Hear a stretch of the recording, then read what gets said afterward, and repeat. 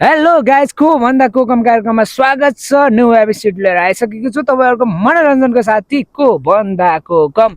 आजको गेस्टलाई स्वागत गरिहालौँ, ढिला नगरी। आजको गेस्ट हुनुहुन्छ धनबहादुर रिट्ठे, महाशाला त्यो महाशाला हुनुहुन्छ।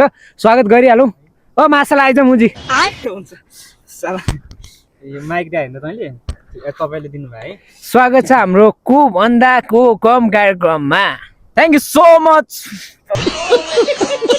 ठिक छ, अहिलेसम्म एकदमै राम्रो छ, धन्यवाद। एकदम स्वागत गर्नुभयो तपाईँले। तपाईँको इन्टरभ्यूमा आउनु मेरो एकदम ठुलो सौभाग्यपूर्ण हो। धेरै लामो नबोल्नु होला किनकि हाम्रो समय पनि कम छ। आफूले गौतम बुद्ध नठान्नु होला किनकि गौतम बुद्धले धेरै मेहनत गरेर मात्रै गौतम बुद्ध बन्नुभयो हो। सो गाइज हामी विषयवस्तुतिर प्रसङ्ग अगाडि बढाउँ है। सो अनि तपाईँलाई त अनि धनबहादुर रिट्ठे भनेर बोलाउँछन्, के हो तपाईँको आजभोलिको त्यो चर्चित नाम के हिसाबले राख्नु भएको धनबहादुर रिट्ठे? थियो मेरो नाम पहिला धन्स थियो, पहिला केटाहरूले राख्थ्यो। अहिले होइन, अहिले फेरि पुरानै युगमा फर्केर चाहिँ धनबहादुर राखेर पनि लास्टमा चाहिँ रिट्ठे थप्दियो क्या केटाहरूले। अनि तपाईँलाई सोसियल मिडियामा धेरै गाली आउँछ, त्यो गाली आउनुको कारणलाई चाहिँ कसरी हेर्नु भएको छ तपाईँले? गालीहरू आइरहेको छ, हामी अगाडि बढिरहेको छौँ। गालीहरू भनेको पछाडि नै राखेर हामीले चाहिँ एकदमै राम्रो कमेन्टहरूलाई चाहिँ अगाडि हेरेर चाहिँ हामी अगाडि बढिरहेको छौँ। अनि ससुरा मेरो भाइ भनेर तपाईँले जुन त्यो जोसका साथ भन्नुहुन्छ, त्यो चाहिँ तपाईँको साँच्ची नै ससुरा मेरो भाइ भन्नुभयो कि के हो? त्यो भन्नुको मेन कारण चाहिँ के हो भन्दाखेरि एक दिन म ससुराली जाँदै थिएँ। हजुर, ससुरा बाउले के भन्यो भने परैबाट प्रसङ्ग अलिक छिटो अगाडि बढाउँ किनकि हामीसँग पोडकास्टको टाइम पनि छैन। अलिक छिटो जवाफ दिनु होला तपाईँको।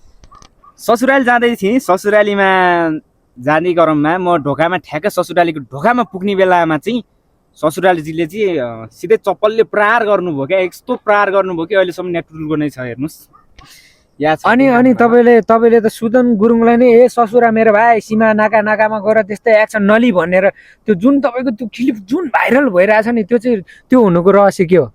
त्यो हुन सक्दैन, त्यो चाहिँ एआईको कमाल हो। हेर्नुहोस् त्यो जुन पनि छ त्यो सबै एआई नै हो होइन। एक शब्दमा भनिदिइहाल्नुहोस्, हाम्रो गृहमन्त्री सुदन गुरुङ कस्तो लाग्छ तपाईँलाई? एकदम हम्बल, एकदम होइन। Big shout out to Sudan Gurung. अनि हाम्रो नयाँ प्रधानमन्त्री बालेन शाहजी चाहिँ कस्तो लाग्छ तपाईँहरूलाई? बालेन शाहजीको चाहिँ कुरै नगरौँ, एकदमै राम्रो हुनुहुन्छ उहाँ। एकदमै हम्बल पर्सन, एकदम ह्यान्सी होइन। अहिलेको जल्दो बल्दो एकदम बवाल लाग्छ। सो गाइज आजको पोडकास्टको अन्तिम टाइम भइसकेको छ किनकि हामीसँग टाइम पनि छैन। जाँदा चाहिँ अन्तिममा छोटकरीमा के भन्न चाहनुहुन्छ मलाई र मेरा दर्शक साथीहरूलाई? सो गाइज होइन, यस्तै गरी उता हेरेर भनिदिनु न। उता गाइज यस्तै गरी मायाहरू चाहिँ देखिदिइरहनु होला होइन। अब भ्युज त खासै आउँदैन होइन। अब म पछि आउँछ कि भन्ने खालको कुरो हो, तर आएन भने पनि ठिकै छ। अब तामा पित्तल चाकसितल भने जस्तो बसौँला चुपचाप लागेर होइन। ठिकै छ अब।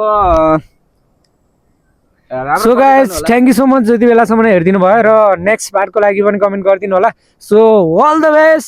So guys thank you so much. केही गल्ती बोले भए माफी चाहन्छु है किनकि हामीले रमाइलो भिडियोको लागि नै गरे हो। So thank you so much. Thanks for watching this video भन्दै ओके, एक लाइक गरिदिनु है, एक लाइक। ल थ्याङ्क यू। Piece out.